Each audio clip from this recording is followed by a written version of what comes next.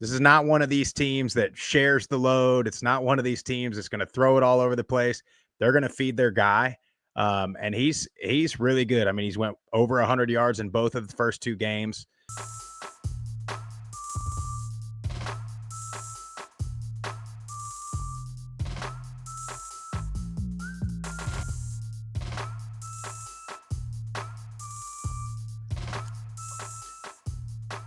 What's up in War Eagle, everybody? Welcome on into another great edition of the Auburn Express, powered by the War Rapport. We are here. Thank you so much for turning us on and turning us up. We're talking South Alabama versus Auburn. First trip to the plains of Jordan-Hare for the South Alabama Jaguars. Joining me live from the group of five guys, one of the other group of five guys, Matt Sprouse. Thank you so much, man, for hopping in here with us. No, thanks for having me on, man. I'm looking forward to it.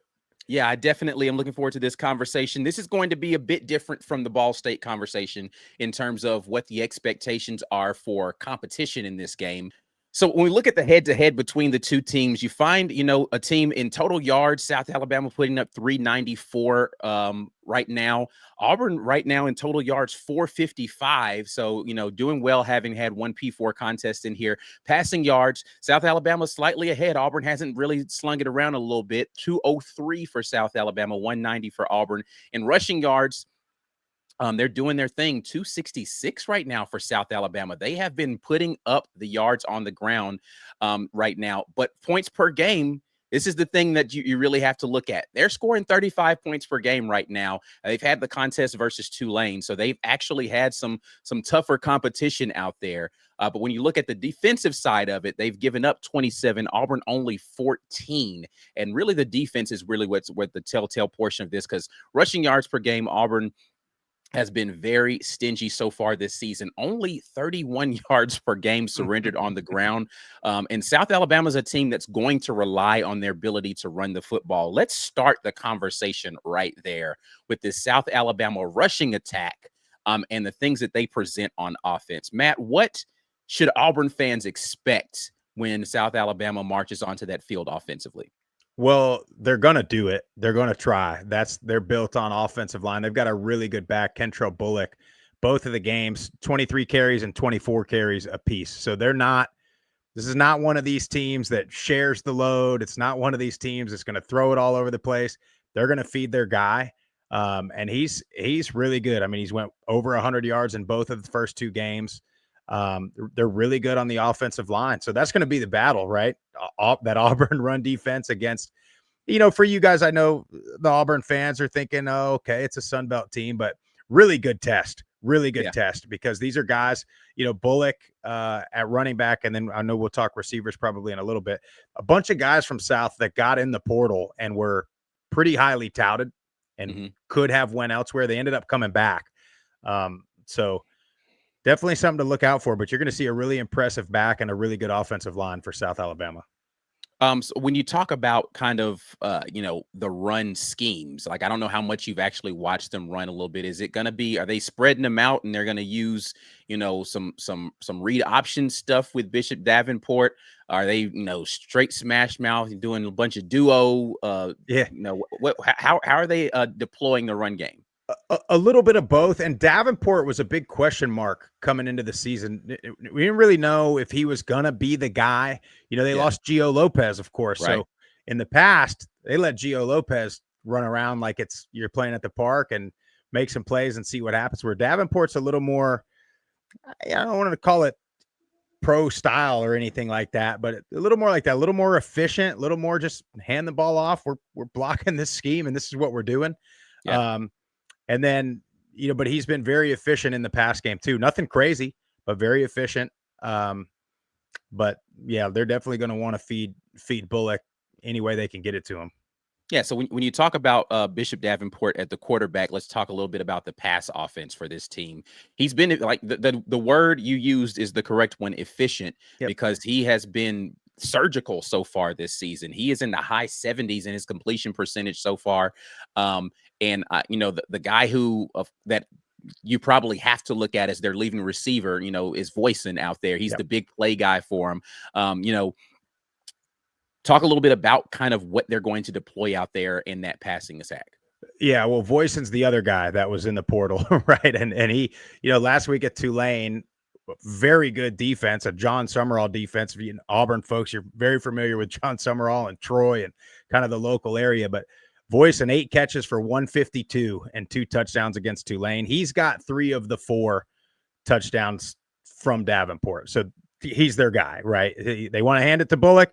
That's going to open it up for Voisin. He's the big play guy. I mean, anytime you can get 152 on just 8 catches, you're getting some big plays down the field. And Davenport, he's been good, man. He's not forcing anything. 29 of 38 on the year. And the big key, especially in a game going against a team like Auburn, is he's yet to turn it over. So you're gonna give yourself a chance. Normally, when you see these Sun Belt versus SEC games, they're close for a little bit, and then what happens is a big turnover or a really stupid penalty, and then it goes from what might be a 7 or 10 point game going into the third quarter. Now it's 17, and now you're way behind. You're trying to force everything, and so they haven't had to do that yet, of course. But that'll be interesting to see how he plays and how they play offensively if they do get behind. Yeah, I mean, listen, when you're talking about Voisin, 14.7 yards per catch right now on the season. He is definitely a big play threat. And, he's a guy I watched a little bit of that Tulane game that will go up there. And if they get him in one-on-one scenarios, they're not afraid to go throw the jump ball with him. And he's got a good ability to adjust to the football in the air. He's got really great ball skills. So definitely going to be a challenge for this Auburn defense to stay disciplined when South Alabama is going to absolutely decide, hey, we're going to run the ball. We're going to run the ball. We're going to run the ball. Are you going to be able to stay disciplined and not let the play action turn you into, a watcher as the ball's sailing over your head? Yeah. And, the other interesting thing about, especially last week with Tulane, is they scored all their, that game was so weird. They jumped on them 14-0 in the first couple minutes of the game. And then they didn't score again until you thought, you're like, okay, here's Tulane. They're kind of flexing their muscle a little bit, and they go score 30 straight. And then South Alabama scores 2 more touchdowns within the last 5 minutes of the game. So it was a weird game. You look at the box score, and it was like it was closer than you think, but also not that close because Tulane did. It was such an odd game, especially from the offensive side for South Alabama against that Tulane D. Yeah, it definitely was a weird game as far, like you said, it just ebbs and flows for each of the teams. And it just felt like momentum was a huge thing. It was a home game for South Alabama, but, Tulane's not too far down the road when you're going Mobile to Louisiana there in New Orleans. So definitely going to be an interesting environment. And I know that the folks at South are fired up to be making the trip up the road there to get there inside of Jordan-Hare Stadium. Let's flip it to the other side, though, and talk a little bit about the South Alabama defense. And what guys stand out to you as, listen, don't sleep on them. I know what the name on the front of the jersey says, but this guy's a player. Yeah, I mean, they're pretty good on the front. Their front 7 is pretty good. They're built similar to their offense, right? They want to run the ball. They got a good offensive line. They want to do the same thing on defense. But they gave up a ton of rushing yards against Tulane last week. So it's just so tough to tell. You don't know. South Alabama for the last couple of years has been this way, where they're built a certain way. They've got talented guys all over the place. And one week they look like, okay, here's one of your favorites in the Sun Belt. And then the next week they look very pedestrian. So it's really hard to tell. This is going to be a great test. And even after this week, you're going to look at South Alabama and you're still not going to know because we don't know. Auburn might be the top, 20 or top 15 team. Like so far they've looked. Yeah. Auburn so far this season has been really good with the run. You talked about their struggles a little bit in the Tulane game with stopping the run. Auburn's likely going to be without Damari Alston for another game, but they still have the big playability from Jeremiah Cobb. And then in the last game, it didn't seem as if they wanted to feature the legs of Jackson Arnold as much, but that was actually a little bit other than outside the fumble that he had when he was inside the red zone for Tulane. It seems as if they struggled a little bit stopping the quarterback run. How much do you feel like them playing a team like Tulane last week with a quarterback who likes to run around a little bit help them to get prepared for this game? Yeah, although like you said, they struggled with it quite a bit. So it was a good test. And Retzlaff is a pretty good player. He's pretty athletic. I mean, he was obviously at BYU, and everybody thought BYU was going to be such a top team because of him.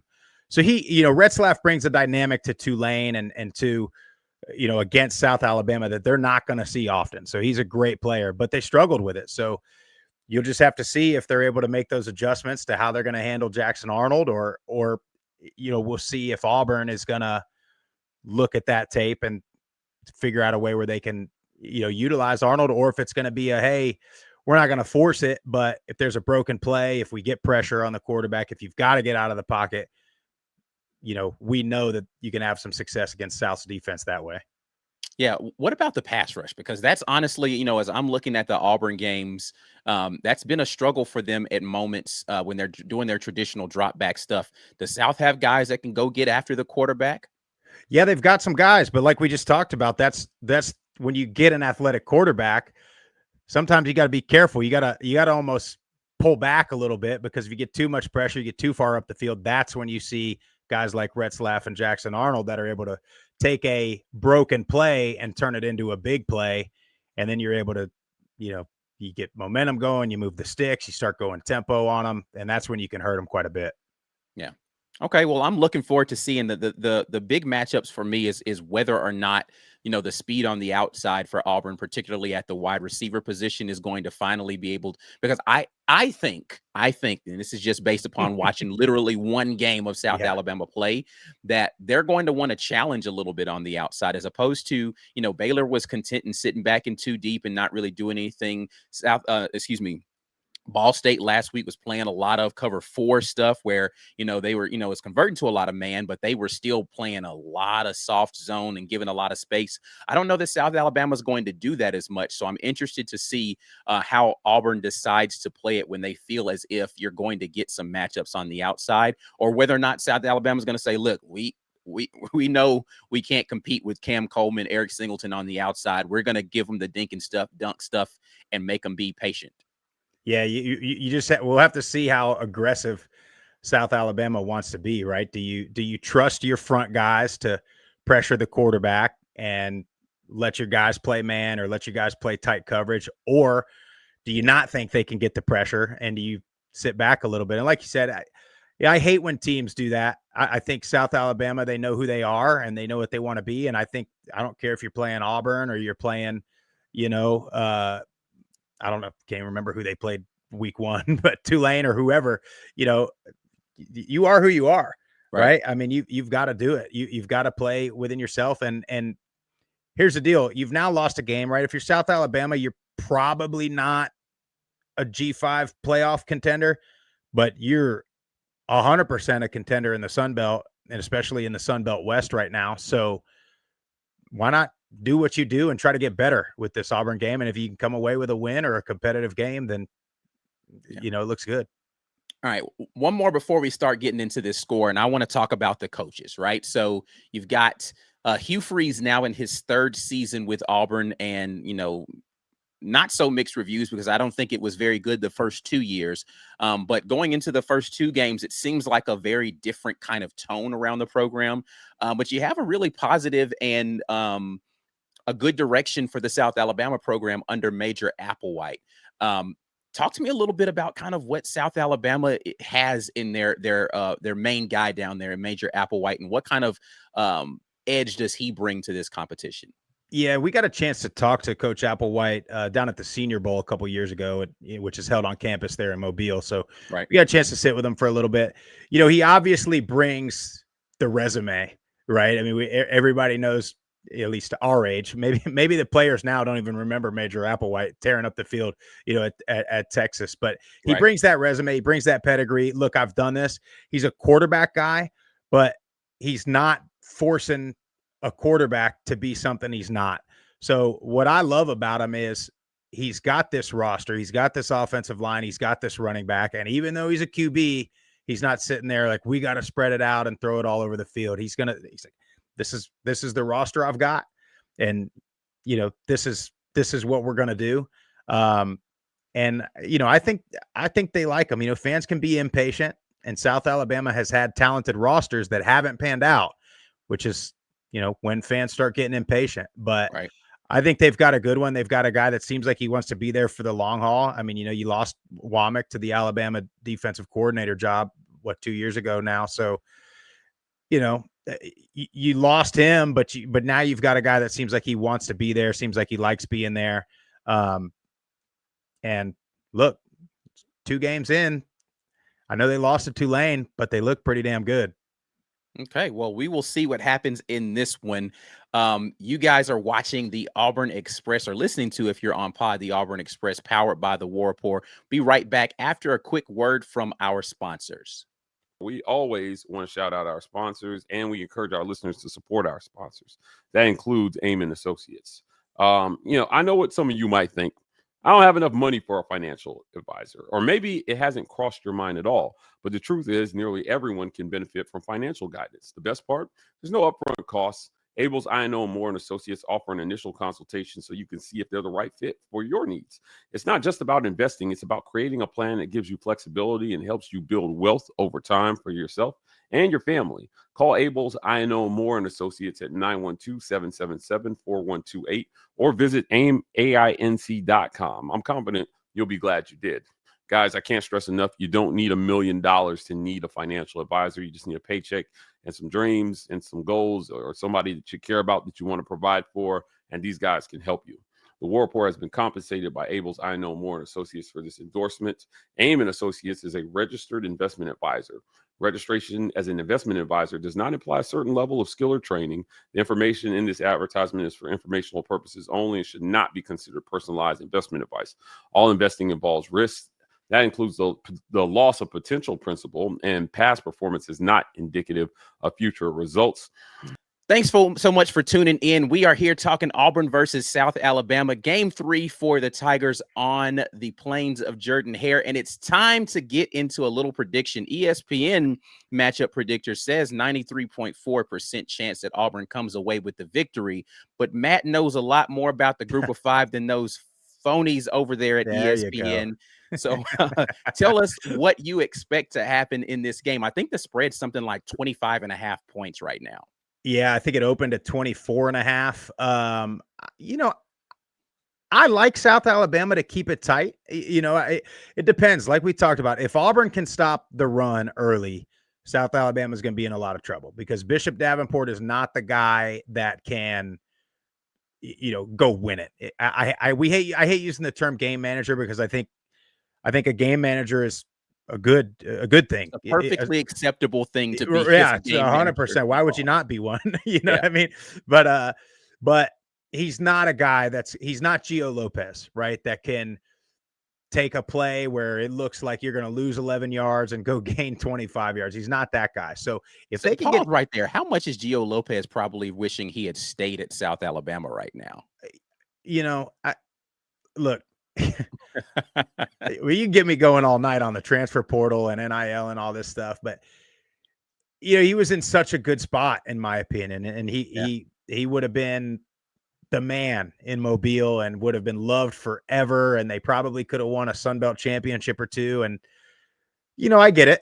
I've never been offered the kind of money that these kids are being offered now, so I'm not here to say don't do that, but now you go to and for him too. I was telling my wife this, hey, you get the opportunity to play for maybe the best football coach of all time. So you add that to it. But it ain't working. Right. It's not so far, the returns have not been good. Yeah. But it's tough. And then you go to a place like North Carolina, which is, in my opinion, I'm going to be careful here on an Auburn show and on an SEC show, but there's schools in these power conferences that, like, we know you're not winning it. You're in there. North Carolina's in the ACC, but like they're not competitive in the ACC. Like, and and there's teams like that. So I've never understood going to places like that where you can be on a Sun Belt championship team and be the guy and be the man, and you probably have a better chance going to the NFL, putting out great tape all the time. or you can go to a middle of the road ACC school and just kind of fall in between the cracks and nobody ever hears from you again. But Yeah. you made a quick couple bucks. Anyway, we'll see how it works out for Gio. Hopefully it turns around for him and he made the right decision. Anyway, Yeah. enough of that. Let's go back to All right. talking about Bishop Davenport, who is the quarterback for That's South right. Alabama. And he's been great too. So it worked out for him. He's the real winner in all of this, Yeah. you know, because he gets a spot and he gets a chance to shine. But yeah, I think if Auburn stops the run early, it could be a long night for South Alabama if they can get it going a little bit. And he doesn't have to go. Bullock doesn't have to go for 100 yards. But if he can keep Auburn's defense honest, use some clock, right, time of possession a little bit, I think 24-25.5 is a lot of points. And so I think, you know, we've looked at these first couple of weeks, all the group of 5 teams, I think, have covered the spread. It seems like in every single game, they've all been pretty tight, except for, you know, the Ball States of the world and stuff like that. But right. I think they can keep it relatively close. I think it'll get away from them late. The Auburn, you know, the size and the physicality will start wearing on them. The depth will start wearing on them a little bit. But I think 21 points is a pretty good line. You know, I could see this thing being, you know, 38-17 or something like that. You know, it's being somewhere around there. Okay. Yeah. I mean, listen, they're only giving up 27 points per game right now. So it would be more than what they typically give up, but they did give up more than that, of course, versus Tulane last week. So we'll see if the Auburn offense can keep it rolling in this next one right here. All right. Well, listen, man, that's it for us today. Before you get out of here, in case people want to, and listen, Auburn fans are known for this. After they play a team, they want to keep up with how good that team continues to be throughout the season. If they want to keep up with maybe some more stuff about South Alabama or any of the other great G5 programs that are out there, how do they do that with you all? Yep. All the social platforms. It's at Group of 5 Guys. We do a live show every Monday, Wednesday, Friday morning, talking all the G5 games, and we will be live from Duke Tulane this Friday morning. So check us out. And look, if Auburn keeps this thing rolling, you might be looking for who's your playoff opponent going to be. I don't want to get anybody's hopes up, but you know, come check us out. Group of 5 Guys.